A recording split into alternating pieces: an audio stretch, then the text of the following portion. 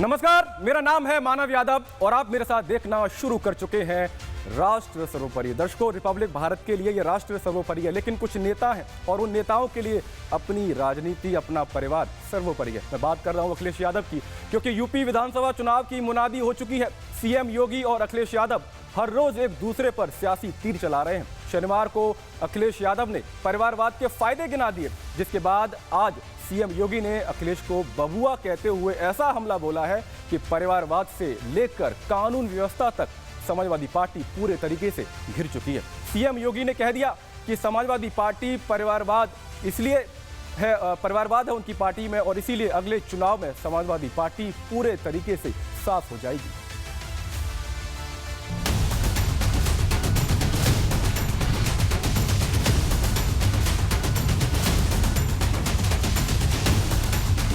Samajwadi party के अध्यक्ष और पीडीए के झंडाबरदार अखिलेश यादव ने परिवारवाद के फायदे गिनाए तो यूपी का सियासी पारा 27 से पहले ही 7वें आसमान पर पहुंच गया। समाजवादी पार्टी बेशक टूटी ना हो, लेकिन परिवारवाद तक सिमटकर जरूर रह गई। और ये हम नहीं कह रहे, खुद अखिलेश यादव कह रहे हैं। सबसे पहले अखिलेश का बयान सुन लीजिए। कई दल टूट गए, कभी सोचा आपने समाजवादी पार्टी क्यों नहीं टूटी? क्योंकि उसमें 5 सांसद एक ही परिवार के थे और हमारे कई मुस्लिम सांसद थे, तो कितने हो गए, और कुछ पक्के समाजवादी थे, तो गिनती बढ़ ही नहीं सकती थी। तो कभी कभी परिवारवाद का लाभ भी होता है, ये भी बता रहा हूं मैं आपको। उत्तर प्रदेश में विधानसभा चुनाव की मुनादी हो चुकी है। सीएम योगी आदित्यनाथ ने चुनावी मैदान में मोर्चा संभाल लिया है और योगी के निशाने पर है अखिलेश यादव का परिवारवाद। सवाल यह है कि जब यादव परिवार सूबे की सत्ता में था, तब क्या यादव परिवार का एक सूत्रीय एजेंडा सिर्फ और सिर्फ परिवारवाद का विस्तारवाद था? कि समाजवादी पार्टी की एजेंडे में गरीब कोई मुद्दा ही नहीं था। आज आपने उनका बयान पढ़ा होगा, समाजवादी पार्टी के मुखिया का। बबुआ ने आज एक बयान दिया है, कहा है कि जब हमारे परिवार के सभी लोग सांसद हैं, इसीलिए तो सपा बनी हुई है। हमने कहा अब सपा इसलिए सपा है क्योंकि जनता उसको अगले चुनाव में साफ ही कर देगी, हमेशा के लिए ही। एक गरीबों का शोषण करते हैं केवल अपने परिवार की खातिर। अखिलेश यादव जब यूपी के सीएम थे, तब समाजवादी पार्टी की सरकार पर आरोप लगता था कि यूपी में एक नहीं 4.5 मुख्यमंत्री हैं। मुलायम सिंह यादव, शिवपाल सिंह यादव, राम गोपाल यादव, आजम खान को पूरा सीएम माना जाता था, तो अखिलेश को आधा सीएम। परिवारवाद के फायदे गिनाकर क्या अखिलेश ने बीजेपी के उन दावों को सही साबित किया है? दरअसल भारतीय जनता पार्टी की डर्टी पॉलिटिक्स और खरीद फरोख्त की पॉलिटिक्स ने सभी राजनीतिक दलों को इस बात के लिए बाध्य किया कि वो अपने ज्यादा से ज्यादा भरोसेमंद लोग एमपी एमएलए बनाएं, ताकि वो भारतीय जनता पार्टी की खरीद फरोख्त की राजनीति का शिकार ना हो सकें। ये राजतंत्र नहीं है, राजशाही नहीं है। लोकतंत्र में, लोकशाही में सामान्य कार्यकर्ताओं को निकल करके आगे आने का अवसर मिलना चाहिए। लेकिन ये जो युवराज है ना, ये राजनीति को बपौती समझते हैं। अपनी पार्टी में पिता को हटा करके जैसे कब्जा किया, और अब इसके बाद सार्वजनिक तौर पर इसको स्वीकार कर रहे हैं कि आप परिवार के लोग ही केवल आगे बढ़े। पीएम पोषण योजना में काम करने वाले मिड डे मील रसोइयों के सम्मान और कैशलेस चिकित्सा कार्ड देने के लिए सीएम योगी आदित्यनाथ लखनऊ में आयोजित कार्यक्रम में आज शामिल हुए थे। सीएम ने इस दौरान अखिलेश राज में पनपे गुंडा तंत्र पर जमकर हमला बोला। इन्होंने लूटा है, प्रदेश को गुंडा प्रदेश बना दिया था, गरीबों की जमीनों पे कब्जा करते थे, बेटी की सुरक्षा में सेंध लगाते थे, कोई सुरक्षित नहीं था, रोज दंगा, रोज फसाद। पर्व और त्योहार के पहले लोगों की खुशी छीन ली जाती थी। सीएम योगी ने 2017 के पहले यूपी के स्कूलों के हालातों को लेकर भी अखिलेश यादव पर निशाना साधा। सीएम ने कहा 2017 के पहले गरीब के बच्चे नंगे पैर स्कूल जाने को मजबूर थे। भीषण गर्मी में तपते पत्थर हो या भीषण सर्दी हो, उन्हें ठिठुरते स्कूल जाना पड़ता था। हर बच्चे के पास यूनिफॉर्म है। 2017 के पहले एक गरीब के बच्चे नंगे पैर स्कूल जाने के लिए मजबूर होते थे। आज उनके लिए जूते मोजे की व्यवस्था है, स्वेटर की व्यवस्था है, यूनिफॉर्म की व्यवस्था है, बैग और बुक्स की व्यवस्था है। इन सब के लिए चिंता करनी पड़ती है। जब हम लोग दिन में 18 घंटे कार्य करते हैं तब परिणाम आते हैं। यूपी की 403 विधानसभा सीटों पर लड़ाई तेज हो गई है। एक तरफ सीएम योगी हैं जिनके एजेंडे में विकास, हिंदुत्व, अपराध पर जीरो टॉलरेंस, माफियाओं का खात्मा है, तो दूसरी तरफ अखिलेश यादव हैं जिनके एजेंडे में परिवारवाद, पुलिसिंग पर सवाल और बुलडोजर एक्शन पर सवाल है। योगी आदित्यनाथ सूबे के हर जिले को विकास की सौगात दे रहे हैं, तो दूसरी तरफ अखिलेश यादव हैं जो पीडीए के पी वाले नैरेटिव में फंस गए हैं। अखिलेश यादव ने अपनी पूरी राजनीतिक रणनीति को पीडीए के इर्द गिर्द समेट दिया है। पीडीए के पी को अखिलेश कभी पिछड़ा बताते हैं तो कभी पंडित। दूसरी तरफ सीएम योगी इस फॉर्मूले पर सीधे प्रहार कर रहे हैं। हाल ही में सीएम योगी ने कहा था पीडीए का पी जल्द ही पाकिस्तान हो जाएगा।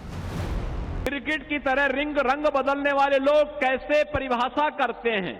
पी की परिभाषा पहले पिछड़े से, फिर पी की परिभाषा पंडित से, और आप देखना एक दिन वे पी की परिभाषा पाकिस्तान से भी कर देंगे। सवाल यह है कि पीडीए को पंडित और पिछड़े के फेर में फंसाने वाले अखिलेश अब परिवारवाद के फायदे गिना रहे हैं। क्या पीडीए के पी का मतलब अब परिवारवाद तो नहीं हो गया है? अखिलेश जी को न शिक्षा पे बोलने का है क्षमता, ना तो 27% जो पिछड़ों को आरक्षण बंटवारे की बात पर उनकी जबान नहीं खुलती है, ना तो स्वास्थ्य पर उनको बोलने की फुर्सत है। इन सब बिंदुओं को छोड़ करके सिर्फ फिजूल की बात अखिलेश जी बोलना सीख लिए हैं। उत्तर प्रदेश के नैरेटिव वॉर ने बीजेपी और समाजवादी पार्टी के बीच की खींचतान को बढ़ा दिया है। चुनावों से ठीक पहले कभी जयंत चौधरी पर चवन्नी वाला तंज कसना, तो कभी परिवारवाद की कसौटी पर समाजवादी पार्टी को कसना। सवाल यह है कि अखिलेश यादव सूबे की जनता के सामने कौन सा नैरेटिव सेट करने की कोशिश कर रहे हैं। Bureau report, Republic Bharat. तो आपने सुना, एक तरफ अखिलेश यादव परिवारवाद के फायदे गिना रहे हैं, तो वहीं दूसरी तरफ नेता प्रतिपक्ष राहुल गांधी हैं जिन्हें अचानक से महिलाओं की फिक्र सताने लगी है। राहुल गांधी अब महिलाओं के अधिकारों की बात करने लगे हैं। राहुल गांधी ने पितृसत्ता के खिलाफ हल्ला बोल दिया है। लेकिन सवाल यह है कि कांग्रेस के भीतर महिलाओं को नेतृत्व करने का कितना मौका मिल रहा है। कांग्रेस शासित राज्यों में कितनी महिलाओं को कैबिनेट का हिस्सा बनाया गया है। लड़कियों से बी लाउड बी प्राउड की अपील करने वाले राहुल गांधी अपनी ही बहन, जिन्होंने लड़की हूं लड़ सकती हूं का नारा बुलंद किया, उन्हें पार्टी में फैसले लेने की कितनी इजाजत दी जा रही है। और इसीलिए हम ये सवाल राहुल गांधी से पूछ रहे हैं कि आखिर उन्हें क्यों महिलाओं की फिक्र सता रही है।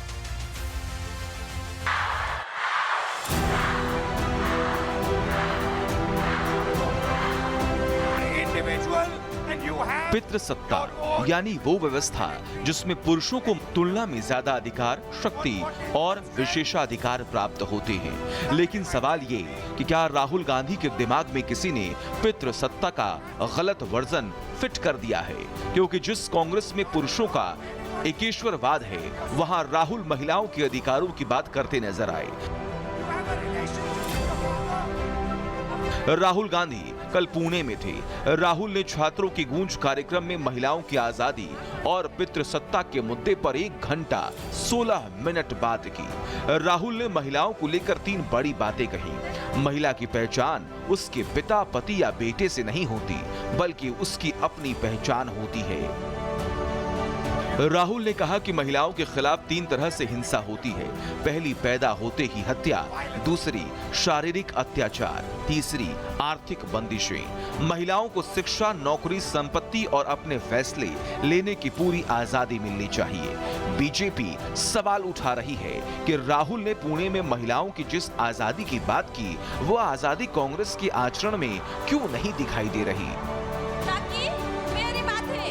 कांग्रेस के उस नेता के मंच पर हिंदू धर्म को लेकर बातें हुई हमारी धार्मिक सोच में ही न सिर्फ हम ये कहते हैं कि यत्र नार्यस्तु पूज्यन्ते रमन्ते तत्र देवता, लेकिन साथ ही हमारे धर्म में हम माँ भगवती, माँ लक्ष्मी, माँ सरस्वती की आराधना करते हैं। इसीलिए चूंकि उन्होंने धर्म का आह्वान किया है तो कोई प्रॉब्लम नहीं है, उनके लिए अलाउड है। सवाल ये है, क्या कांग्रेस में पितृ सत्ता हावी है?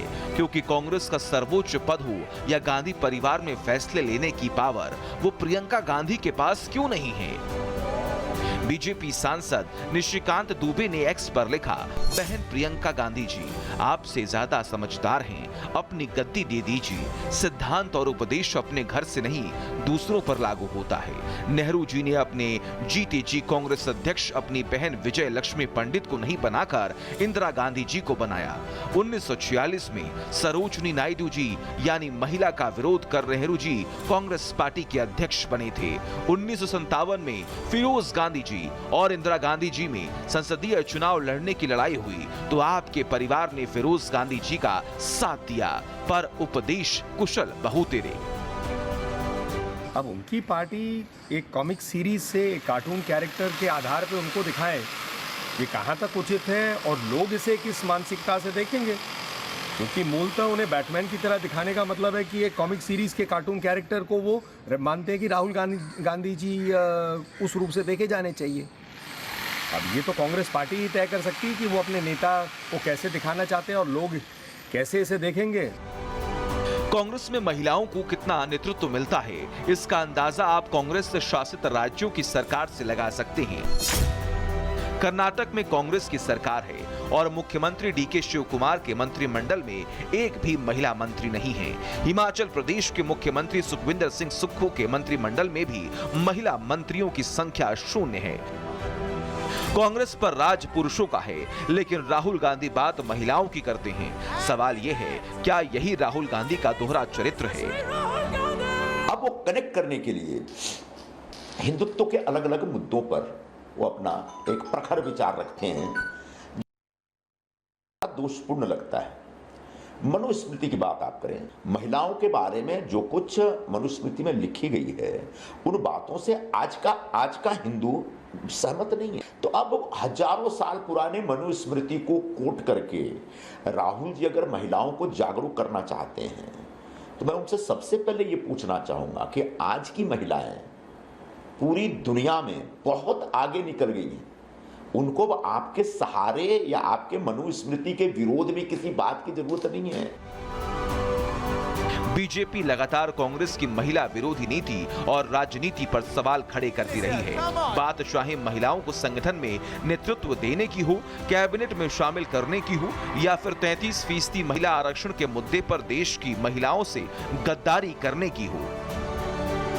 मैं उनसे कहना चाहती हूँ विनम्रता पूर्वक, कृपया प्रधानमंत्री जी की इस मुहिम को कि देश की महिलाओं को संसद में नेतृत्व करने के लिए 33% आरक्षण का बिल त्वरित रूप से लागू हो, इस प्रयास में प्रधानमंत्री जी का सहयोग करें। कांग्रेस सिर्फ महिलाओं के मुद्दे पर एक्सपोज नहीं हुई, बल्कि पुणे के कार्यक्रम में राहुल गांधी भी एक्सपोज हो गए। दरअसल कार्यक्रम में मॉडरेटर ने राहुल गांधी से मराठी भाषा में पुणे के लोगों का अभिवादन करने के लिए कहा, लेकिन राहुल गांधी मराठी में 3 शब्द तक नहीं बोल पाए। मॉडरेटर ने जो बताया, राहुल गांधी ने वही रिपीट कर दिया। पुणे म्हणजे प्रेम। Thank you. राहुल गांधी के वायरल वीडियो से यह तय हो गया कि देश के प्रधानमंत्री के संबोधन पर सवाल उठाने वाले राहुल गांधी बिना फीडिंग के 3 शब्द भी नहीं बोल पाते। Bureau report, Republic Bharat.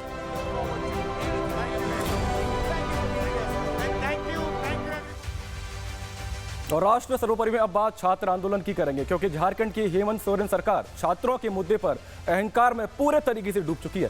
तभी तो छात्रों की आवाज दबाने के लिए एफआईआर को एक टूल बना दिया गया है। 20 अगस्त को झारखंड हाईकोर्ट ने सोरेन सरकार को जेपीएससी मामले में तगड़ी फटकार लगाई थी, जिसके बाद सोरेन सरकार इतनी बौखला गई कि छात्रों का भविष्य बर्बाद करने पर उतर आई है और 14 छात्रों पर नामजद एफआईआर दर्ज कर दी है। और यही नहीं, 200 से ज्यादा अज्ञात छात्रों को भी यहाँ पर निशाना बनाया गया है। सवाल यह है कि कोटा से लेकर पुणे तक छात्रों की गूंज का ड्रामा करने वाले राहुल गांधी को क्या झारखंड के छात्रों का धूमिल होता हुआ भविष्य कतई दिखाई नहीं पड़ता?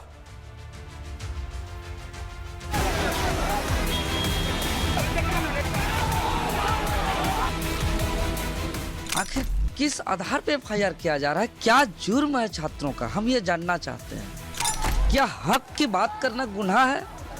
क्या शांतिपूर्ण तरीके से अपने अधिकारों की बात करना गुनाह है? तो ये सरकार भले एफआईआर करे या लाठी डंडा बरसाए या जेल भेज दे, छात्र मरने से नहीं डर रहे हैं। जिन छात्रों ने अपने भविष्य को लेकर झारखंड की इंडी गठबंधन सरकार की चूल्हे हिलाकर रख दी, उन छात्रों पर एफआईआर करके हेमंत सोरेन कौन सा बदला ले रहे हैं? क्या झारखंड में न्याय मांगना गुनाह है? क्या सिस्टम में जड़ें जमा चुकी धांधली के खिलाफ आवाज उठाना अपराध है?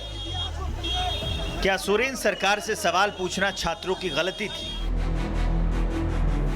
जिस तरह से दिख रहा था कि सब जगह उतने, हम तो कल से बोल ही रहे थे कि हम लोग छात्र बोल के उनको बुला रहे थे। कल तक पता नहीं था कि वो लोग कौन थे, लेकिन जब से हम लोग वीडियो देख रहे हैं रात भर, गिरिडीह में हजारीबाग में जिस तरह का जेएमएम का ये वो कैटलॉग लगा के वो लोग घूम रहे थे और हमारे छात्रों को मार रहे थे, मुझे अब लगता है कि ये जेएमएम के ही गुंडे थे। और अगर ये जेएमएम के गुंडे थे तो मैं सरकार से कहना चाहती हूँ कि इस तरह के हथकंडे का हम लोग कड़ी निंदा करते हैं। अगर हम लोग रोड पे अपने आंदोलन पे भी अगर लड़कियां सुरक्षित नहीं है तो आप कौन सा सम्मान देने का बात करते हैं? दरअसल 21 अगस्त को झारखंड की बहरी सरकार को अपनी मांग सुनाने के लिए जेएसएससी जेपीएससी रिफॉर्म मंच हेमंत सोरेन का पुतला फूंक रहा था। इस बीच वहां जेएमएम कार्यकर्ता भी पहुंच गए। जेएसएससी जेपीएससी रिफॉर्म मंच का आरोप है कि जेएमएम कार्यकर्ताओं ने छात्रों से गाली गलौज की। गिरिडीह के छात्रों को दौड़ा दौड़ा कर पीटा गया। पुलिस ने भी जमकर लाठियां भांजी।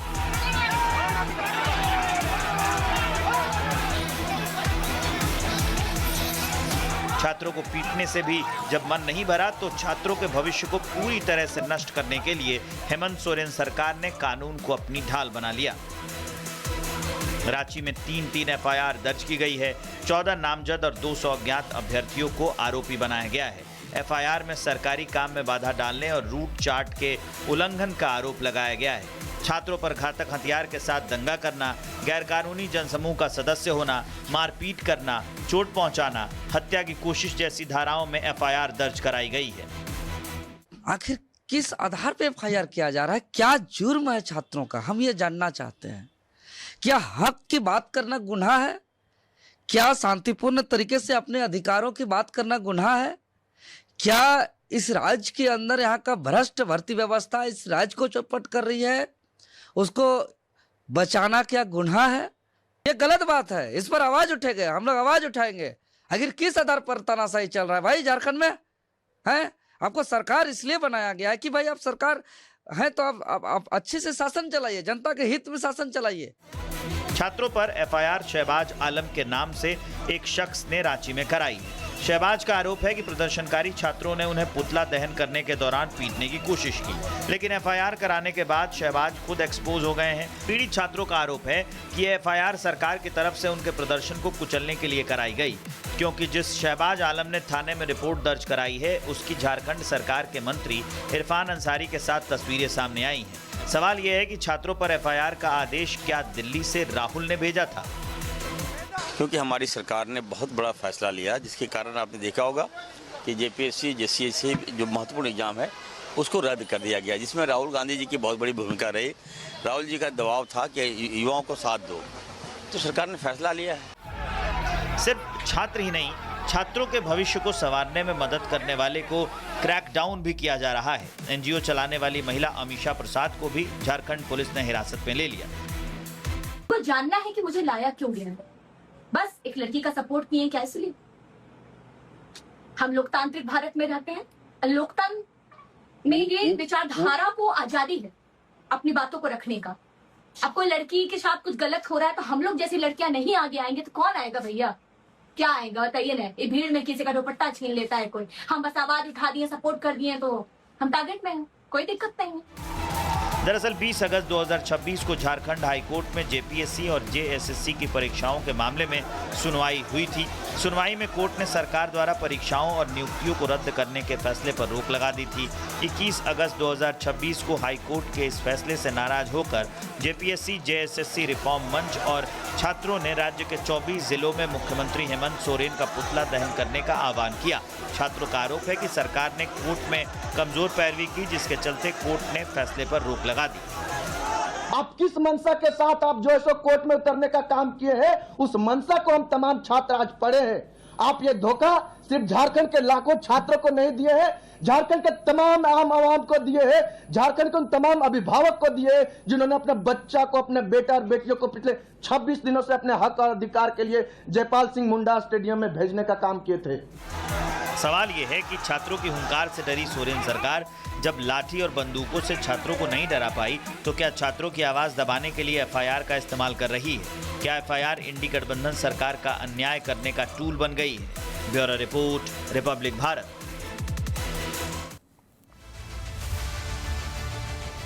और अब बात सीजेपी यानी तिलचट्टों की करेंगे, क्योंकि दिपके गैंग अपनी राष्ट्र विरोधी राजनीति चमकाने के लिए स्कूली बच्चों को निशाना बना रहे हैं। जिन राज्यों में बीजेपी सरकार है वहां ये जा रहे हैं और निरीक्षण कर रहे हैं स्कूलों का। ये पूरा ड्रामा चल रहा है, चाहे वो राजस्थान हो चाहे महाराष्ट्र हो।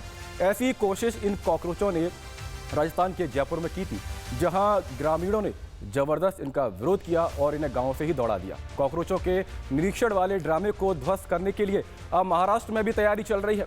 बीड जिला प्रशासन ने स्कूलों में जबरन वीडियो रिकॉर्डिंग और बिना परमिशन के घुसने पर रोक लगा दी है, जिसके बाद दिपके गैंग बौखलाया हुआ है। दिपके एंड कंपनी को लगा था कि जबरन स्कूल में घुसेंगे, वीडियो रिकॉर्डिंग करेंगे, पॉपुलैरिटी मिलेगी, लेकिन कॉकरोचों का सस्ती लोकप्रियता पाने वाला फॉर्मूला अब उनके लिए ही बड़ी मुसीबत बन चुका है।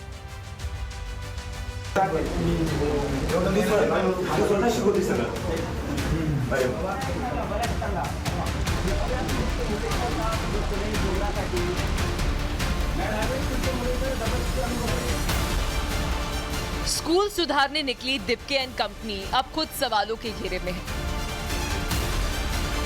कभी स्कूलों में घुसकर जबरन वीडियो रिकॉर्डिंग, कभी बच्चों को बिठाकर कैमरे के सामने सवाल जवाब, तो कभी शिक्षकों से तीखे सवाल और कथित तौर पर बदसलूकी के आरोप। सवाल ये है, क्या स्कूल ठीक करने के नाम पर स्कूल की व्यवस्था ही दिपके एंड कंपनी बिगाड़ रही है? सरकारी स्कूलों में कमियां हैं तो उन्हें सामने लाना चाहिए, लेकिन कमियां दिखाने और बिना परमिशन स्कूल में घुसकर क्लासरूम की व्यवस्था में दखल देने में फर्क होता है। और अब यही फर्क दिपके से पूछा जा रहा है। क्या कैमरा हाथ में आते ही किसी को भी स्कूल में घुसने, बच्चों से पूछताछ करने और शिक्षकों को कटघरे में खड़ा करने का अधिकार मिल जाता है? अब इसलिए महाराष्ट्र के बीड प्रशासन ने बड़ा फैसला किया। स्कूलों में फोटो और वीडियो रिकॉर्डिंग को लेकर निर्देश जारी किए गए। निर्देश के मुताबिक स्कूल में किसी विषय पर फोटो या वीडियो बनाने से पहले प्रिंसिपल की अनुमति जरूरी होगी। प्रशासन का तर्क है कि स्कूल के समय में ऐसी गतिविधियों से बच्चों की पढ़ाई और स्कूल के कामकाज पर असर पड़ सकता है। बीड में तो सिर्फ रोक लगाई गई है, लेकिन लातूर में मामला इससे भी आगे बढ़ गया है।